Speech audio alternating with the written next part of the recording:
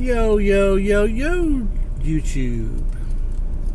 This is my last update video, and this is going to be about my return to work after the layoff that I had in late April, May, and about a few thoughts about YouTube, my YouTube channel.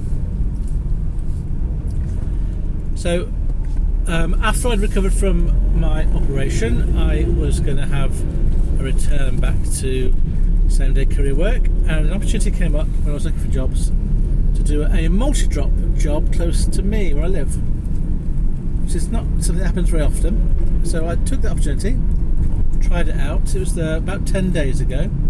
It was a Thursday and a Friday, and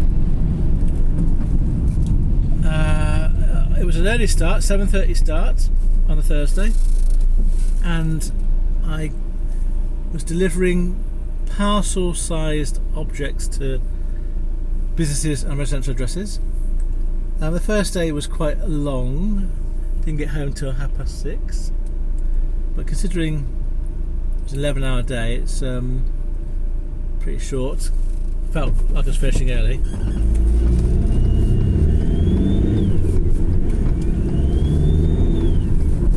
And I had to get used to the new app and the area and the processes, but it wasn't too bad. The mileage for both the days, loaded miles, was about 80 miles from door to door, and the second day I was much quicker. I was finished at home by 5:30. I actually did an hour and a half break in the middle of the day while I was waiting for my last drop, which was collection. So in terms of the positivity, it was quicker, it was more money, and it was less miles than what I usually do. On the negative side, it was, for me, backbreaking. I've explained in another video about my health, and I really struggled with the in and out of the van, stopping, starting, lots of lifting and carrying. And by the end of the day, by the end of the 2 days, my back was really hurting. So I had the weekend to recover, but then the following week we were going away from the Wednesday to the Thursday. No, from the Tuesday to the Thursday we were going away. So I wasn't going to do any work that week really. I didn't really have the physical ability to do the work on Monday, and then I was recovering on Friday. So would I do that again? It was good money. It was £220 for a day's work, for basically less than 12 hours work, and apart from it being really hard on me physically, I would do it again. And the second day was easier than the first day. I had got a bit used to it, although my back hadn't recovered. And my back, I've always had problems with my back for a very, very long time, but being a same-day courier, I don't really get problems with my back. Doing the multi-drop, I really did. So that really put me off, and really was a potential issue for me. Anyway, yesterday I did proper work. I did the same-day courier work. I did 2 jobs. I spent longer working than I had done doing the multi-drop and less money, and did a lot more miles. But it was a lot easier. Physically, I was able to do it. I did end up tramping out last night, so it wasn't ideal, but I didn't sleep very well last night because my back sort of recurred. But it's okay now. At least it's for the time being. It's Tuesday today, my second day of same-day courier work, and it's quite nice having the sort of single, not having the lifting and carrying. It's just hard to make the money. So I am back at work, but I'm not doing videos at the moment, which brings me to YouTube. So when I started my YouTube channel, I said to myself that I would do it for a year, and then I'd see how I felt about it. And I started this in May last year, and apart from a couple of breaks in January and February, and then in April and May, I've been pretty consistent with doing a video for all the work that I've done. And I was thinking about the inconsistencies, and really it's just part of life. Not everyone's life goes in a straight line, and sometimes there are ups and downs, and that's just been shown by my year this year. It's not finished yet, but it is a reflection of real life. So the YouTube channel, I need to make a decision about what I'm going to do now. Am I going to carry on, or am I going to stop? I was thinking about this when I had time off work, and I kind of wonder whether I should do things differently. But let me tell you what I like about the channel and what I don't like before I sort of tell you what I might do. Actually, no, I don't know. Actually, the answer is I don't know what I'm going to do. Let me tell you what I like and what I don't like. What I like in particular is that this isn't my authentic voice. It's open and honest, and it's real. It's not edited, and it's not. I don't choose the best bits. It's not curated in that way. I just present what happens each day alongside my perspective and my views on what happens, warts and all. And I quite like that. I like the authenticity of it, and I wouldn't want to try and do it any differently. I think the only other way you could do a YouTube channel, or at least the other way I can think of doing it, is if you try and go for high numbers of subscribers and viewers in order to make a living out of it. And if you do that, I think you have to then sacrifice to some extent either being true to yourself, or just presenting some broad material that applies to a lot of people. Now obviously same day courier work is very niche. It's not going to ever get a huge audience, and even within that audience the way that I do it is even nicher, as it were. So being non-professional in that it's not edited, it's not scripted, I don't really have themes, and I don't really have plans for each day.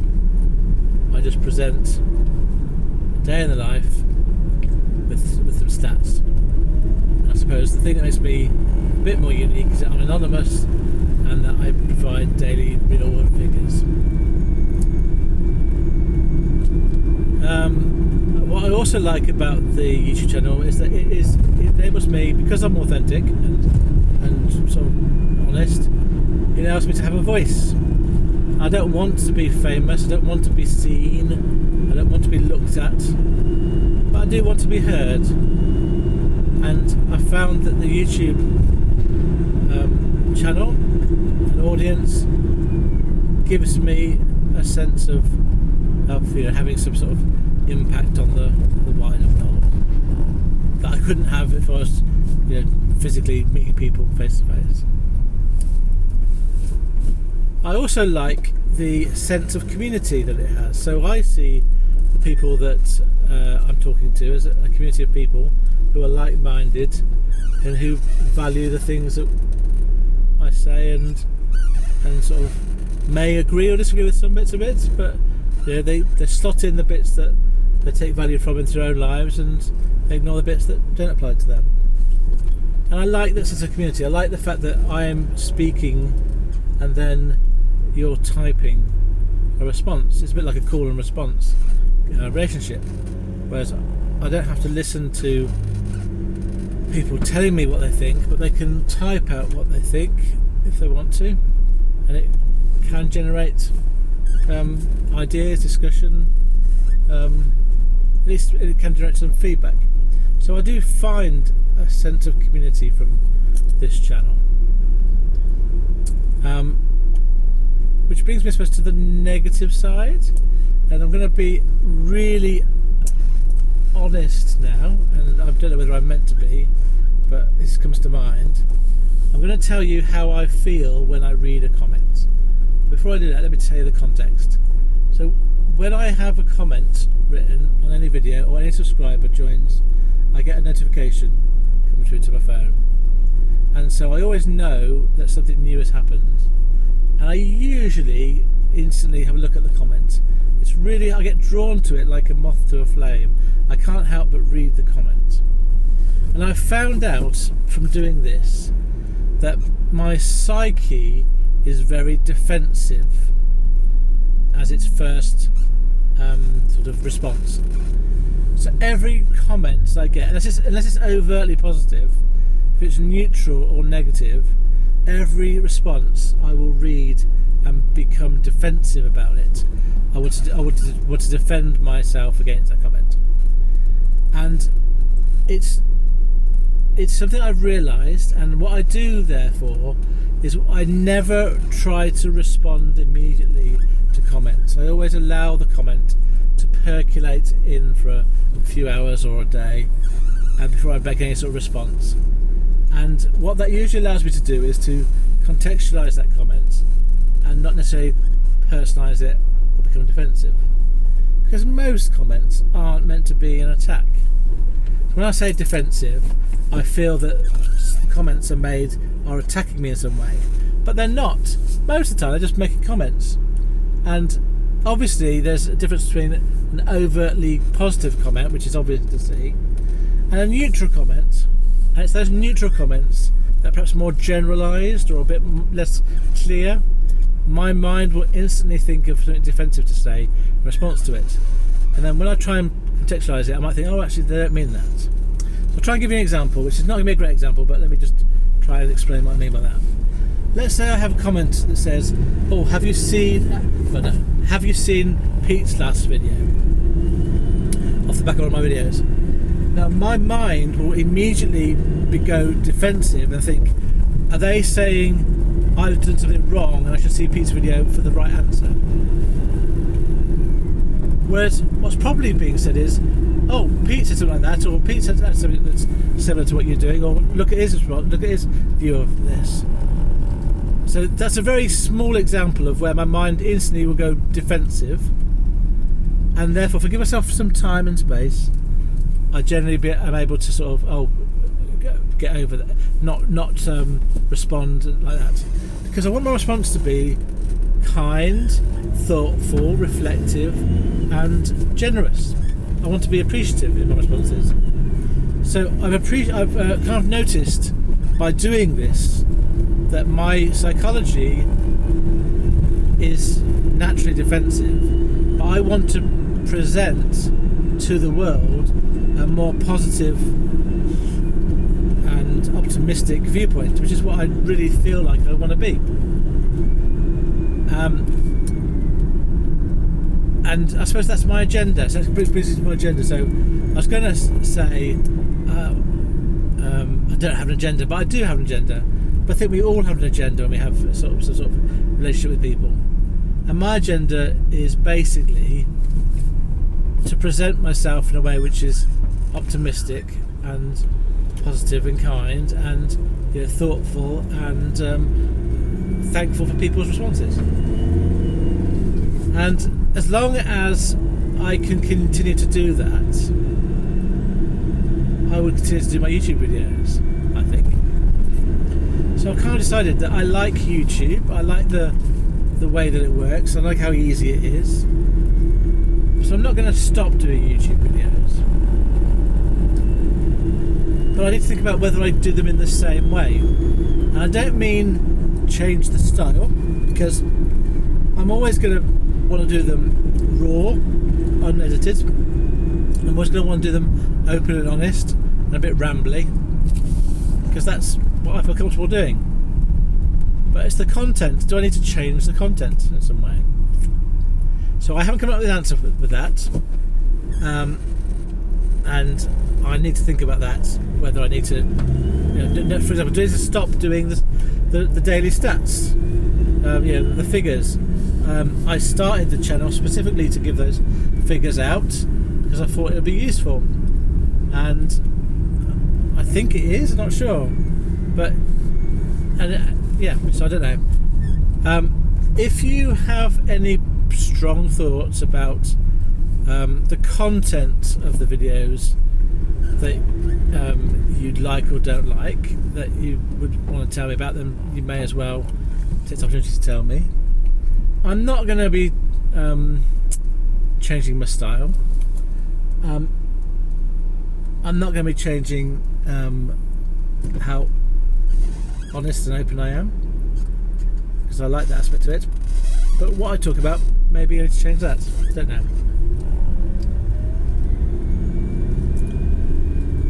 So I haven't come up to any conclusions yet. I know that I don't want to make it an income generator. I don't think that's possible. I think it's far too niche a subject, and I don't want to be not anonymous. So I want to remain anonymous. I like that.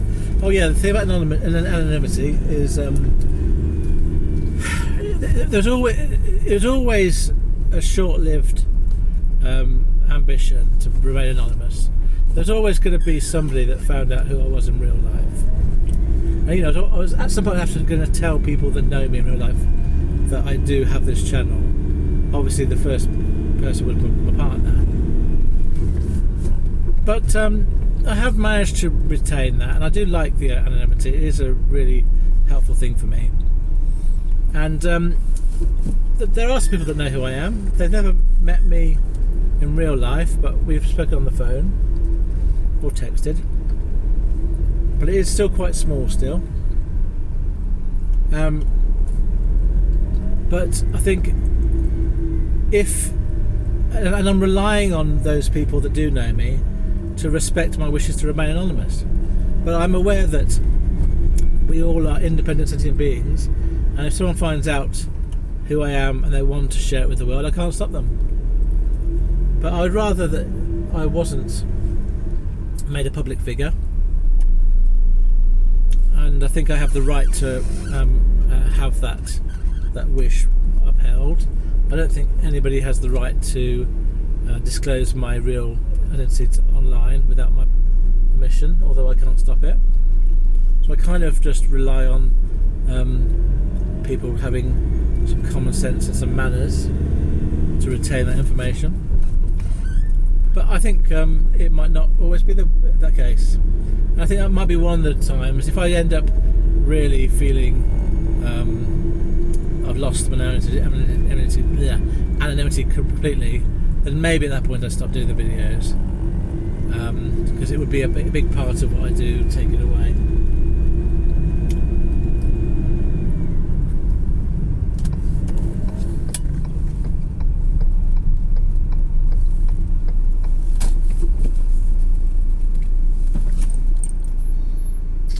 Okay, I think that's all for this video. Just trying to think of anything else.